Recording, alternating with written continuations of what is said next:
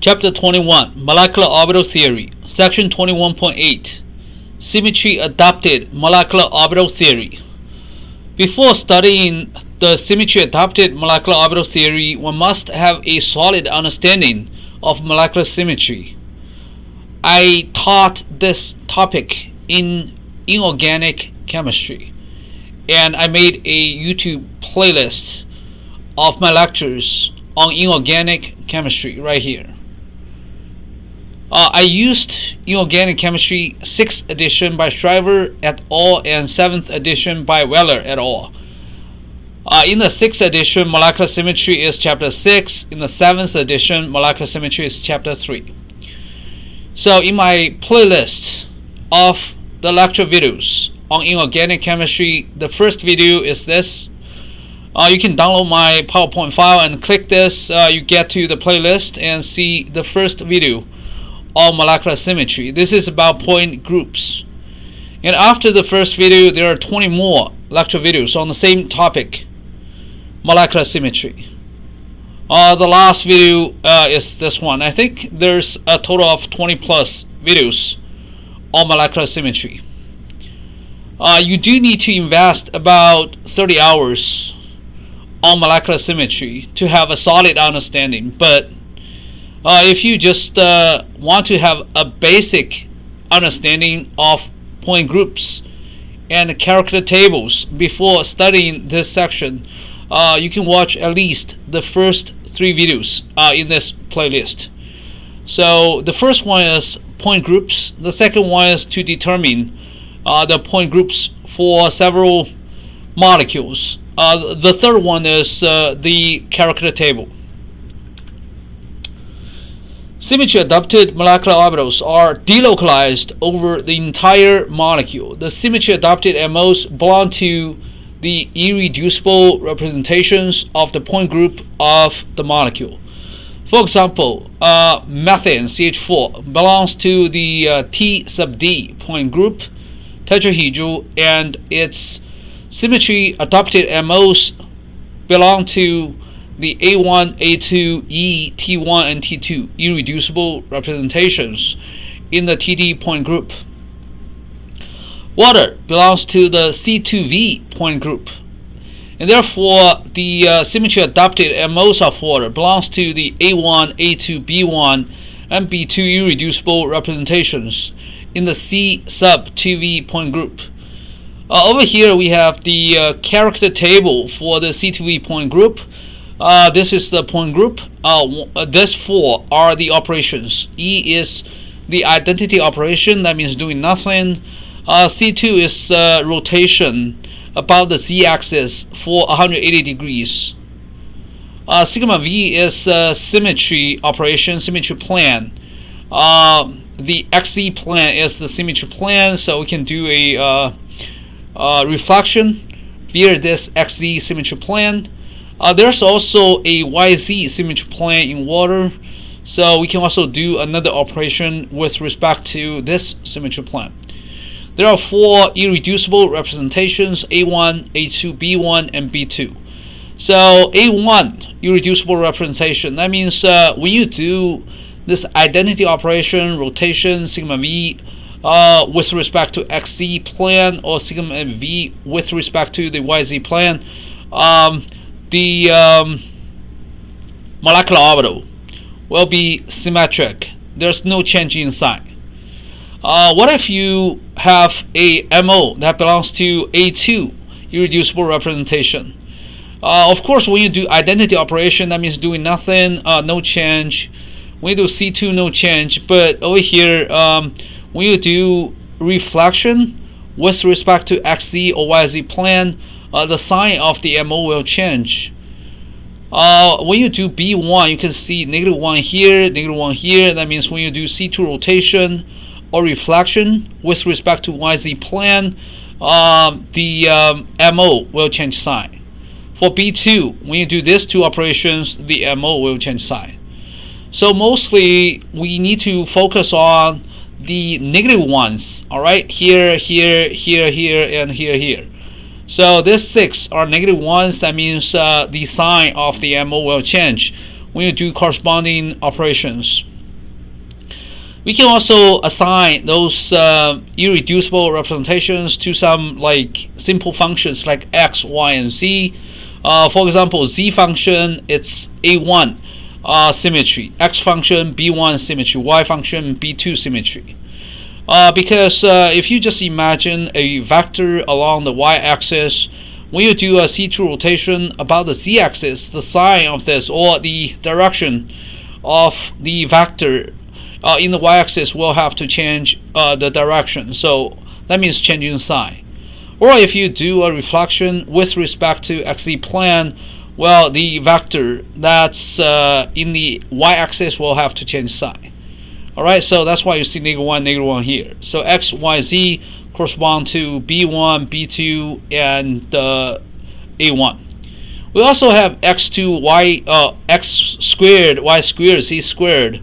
They're all a1 because a1. So if you look at x, b1, all right, and then x squared is b1 times b1, b1 times b1. So mostly just have this times itself, this times itself, this times itself, this times itself. You get 1, 1, 1, 1. That's a1 symmetry.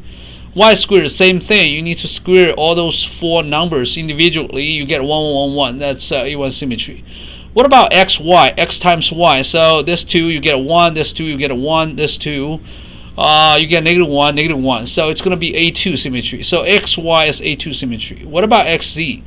It's just x, this row times this row. You get the same symmetry as x, etc. R sub z, R sub y, R sub x are rotations.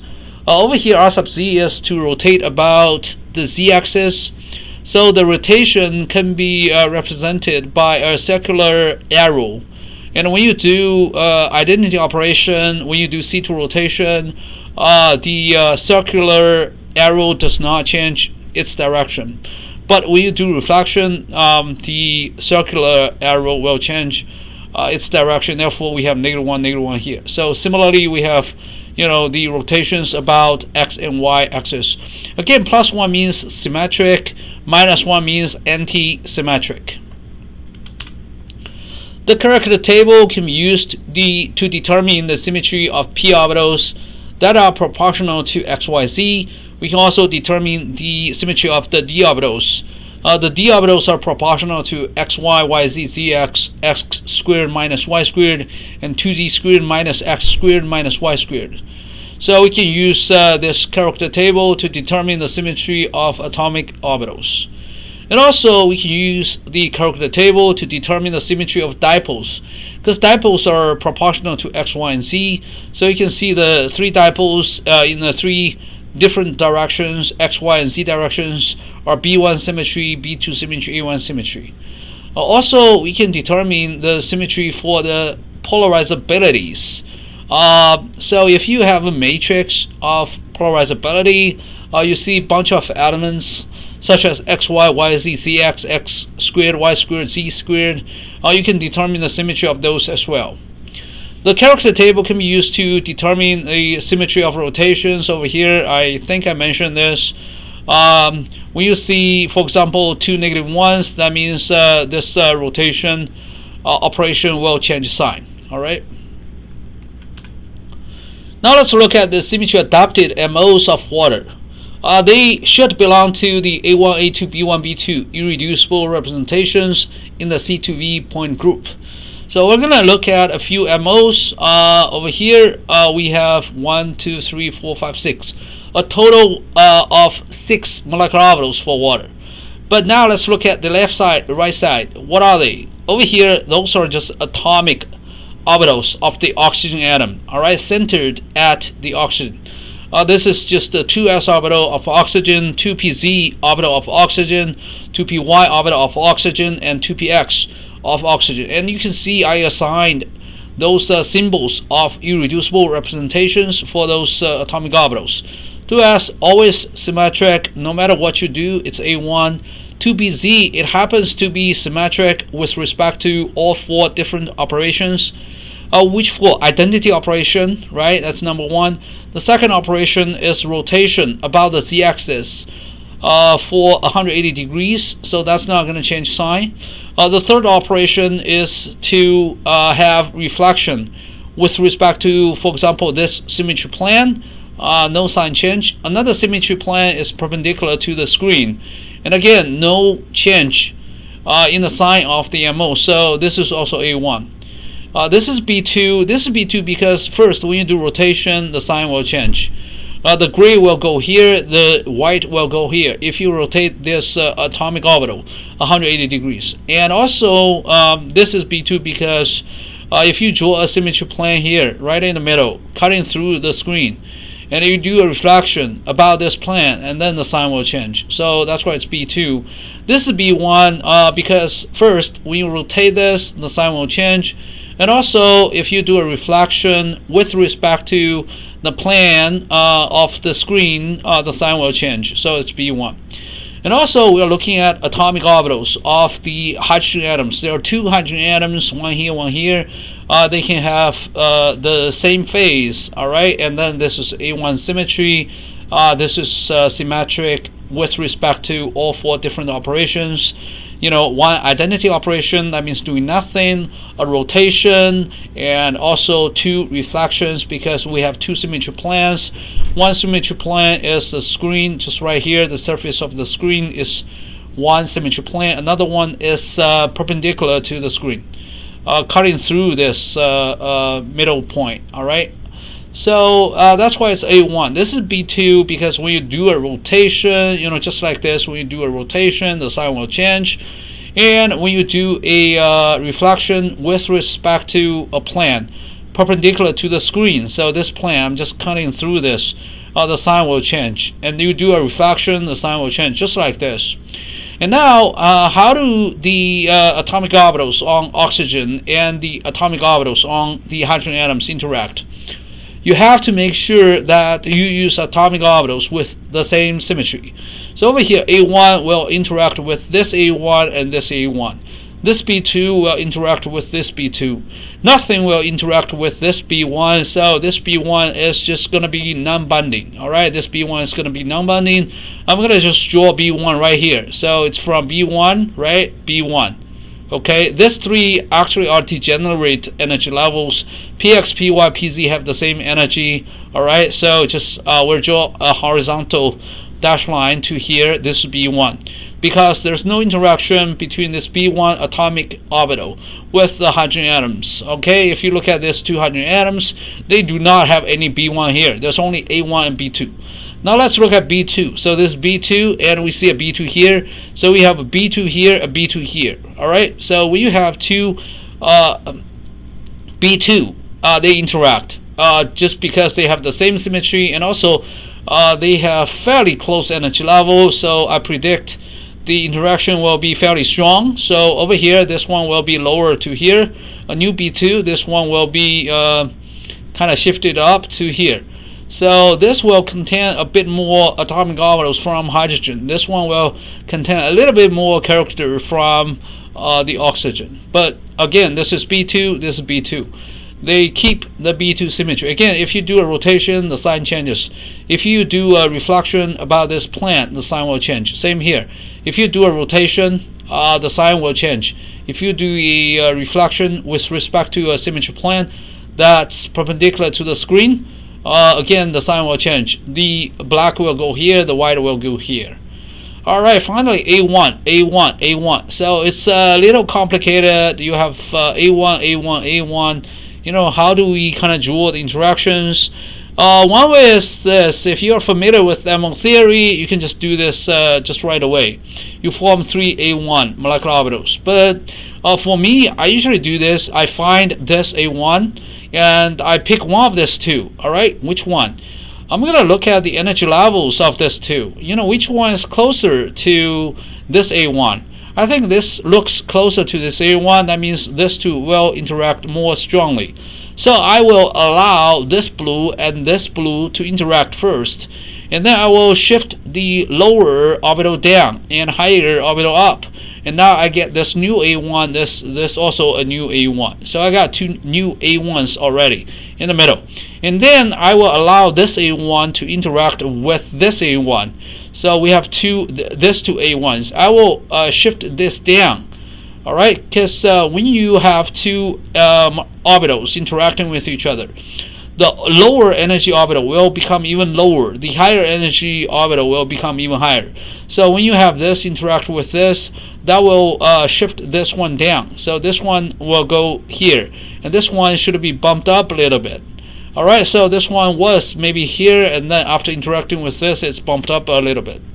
Now we have 3 A1s, we have 2 B2s, we have this B1, that means non-bonding orbital right here, non-bonding MO over here. And then we have a complete molecular orbital diagram. Now let's look at this A1. This A1 contains more than 50% of this orbital, less than 50% of this orbital. But if you just look at this, I mean, this is a picture I got from Wikipedia, so it doesn't reflect that. But anyways, they are in phase. That's correct. All three s orbitals are in phase. You have just a bonding MO. Over here, mostly it's in phase. You can see these two are in phase. The oxygen and this hydrogen are in phase. Both are white colors, and these two are black colors. The oxygen and the hydrogen on the right are also in phase. This one also a bonding orbital, but not very strong bonding. You can see a very small black over here, and this is black, black, black. They are in phase. This one is entirely non-bonding. Entirely non-bonding. This is just the 2px orbital from the oxygen. There's no interaction between the oxygen 2px and the hydrogen. Again, the symmetry does not match at all. You have B1 here, but I can't find any B1 on this side. There's no interaction. Another A1, this is a highest energy A1. This is like a sigma star. You have this two out of phase, white and black out of phase. This white and this black also out of phase. So it's anti-bonding MO, and this one is also anti-bonding MO. Again, this is these two are out of phase. These two are out of phase. So if you look at this picture, it seems like we have 3 bonding orbitals, and then one non-bonding, and then 2 anti-bonding orbitals. Well, then you may ask, do we really have 1, 2, 3, 4, 5, 6 bonding electrons, and therefore the bond order is 3? Of course not. In water, the bond order is 2 in total. Oxygen form 1 bond to the left hydrogen and 1 bond to the right hydrogen. So what happens here is this one is actually between non-bonding and bonding. Okay, if you look at this lobe, really small. The interaction here, yes, it's a in-phase interaction. It's constructive interference, and over here constructive interference. But this constructive interference is so small, so it's kind of more like non-bonding, a little bit bonding. Okay, over here, let's look at this.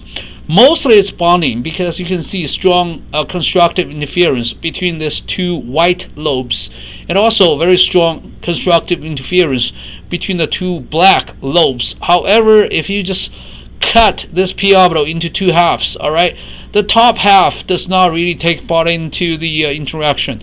So the top half is more like non-bonding.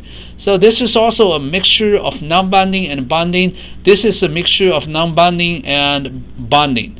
So these two together, well, I wouldn't say the combination of this will give you kind of 1 non-bonding and 1 bonding.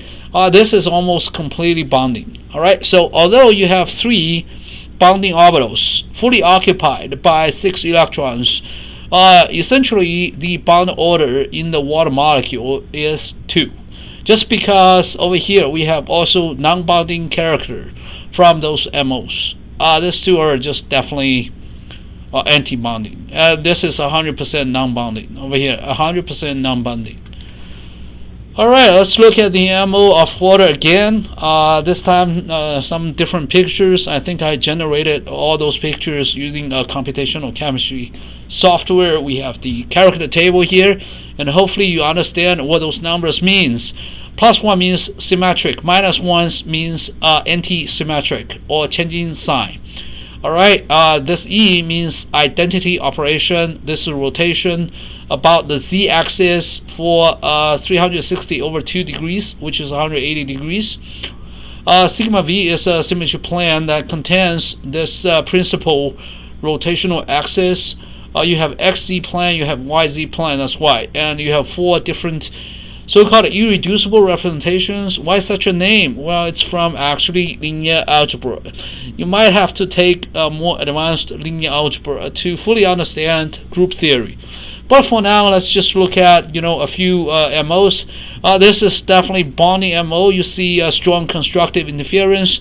Also here B2, bonding orbital. Constructive interference between the oxygen and this hydrogen. Let's just on top just a little bit. You have non-bonding. Actually, over here you have a little bit non-bonding from here too. Now let's look at this. This is also a mixture of bonding and non-bonding. So this part is mostly non-bonding, but on the bottom, well, I think we still see a little bit constructive interference. So a little bit bonding, a lot of non-bonding. This B1 is 100% non-bonding. So none of the orbitals from the hydrogen atom take part in this MO. So this MO is actually just one atomic orbital centered on the oxygen atom. And then anti-bonding orbitals, we have 2 of them. You can see destructive interference over here, destructive interference over here. Same here, destructive interference, destructive interference. These 2 are occupied.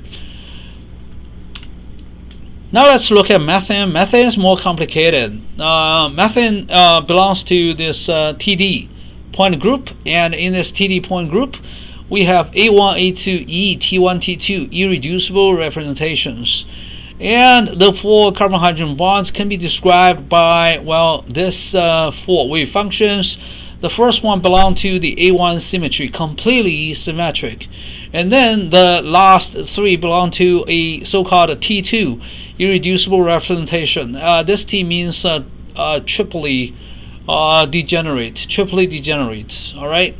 So now let's look at those wave functions. The first wave function is A1 symmetry. You have carbon 2s, and you have hydrogen A, hydrogen B, hydrogen C, hydrogen D.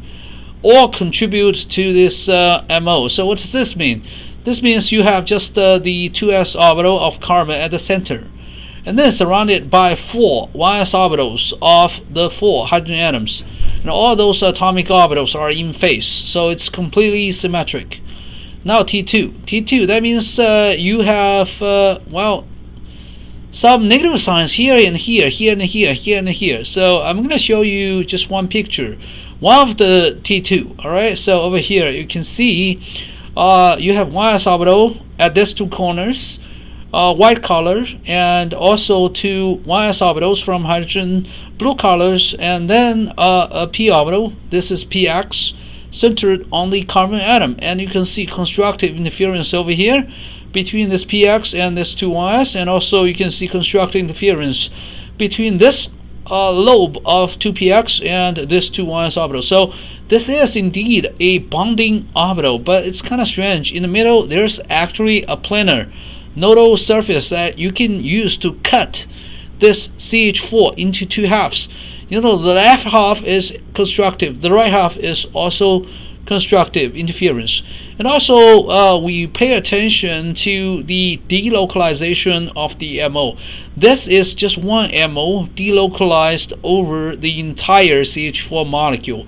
So you can see everywhere you see some lobes, you have contribution from the 2px of carbon. You also have contribution from 1, 2, 3, 4, all 4 hydrogen atoms. So when you look at symmetry-adapted molecular orbital theory, usually those MOs are delocalized over the entire molecule. Remember, when we study the localized MO, localized MOs are localized or concentrated on just one single bond or one lone pair. But now over here, we're looking at actually 4 bonds. There's a bond here between these 2. There's a bond here between carbon and this hydrogen. There's a bond here between carbon and the 3rd hydrogen, and then between carbon and the 4th hydrogen. Now we're looking at all those MOs. The bottom 4 are bonding MOs. The top 4 are anti-bonding MOs. Let's look at the bottom one first. A1 symmetry, you have 2s orbital from carbon and then 1s orbital from each of the 4 hydrogen atoms. They are all in phase, so it's just completely constructive interference So this is a bonding orbital. Now these three are degenerate. It's T2 symmetry. You can see it's still constructive interference between this carbon and this two hydrogen atoms, also between this carbon and the other two hydrogen atoms. Same here. You can see constructive interference between this carbon at the center and the two hydrogen atoms on top. Also, it's constructive between the carbon and the two hydrogen atoms on the bottom.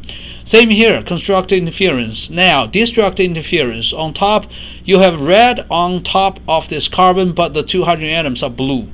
Different colors out of phase. Same here, different colors out of phase. Different colors out of phase. And this one is also well, not anti, it's just anti-bonding MO. It's anti-bonding MO because if you look at carbon, it's 2s orbital with red color. Now let's look at the 4 1s orbitals from the 4 hydrogen atoms, blue color. Out of phase, anti-bonding.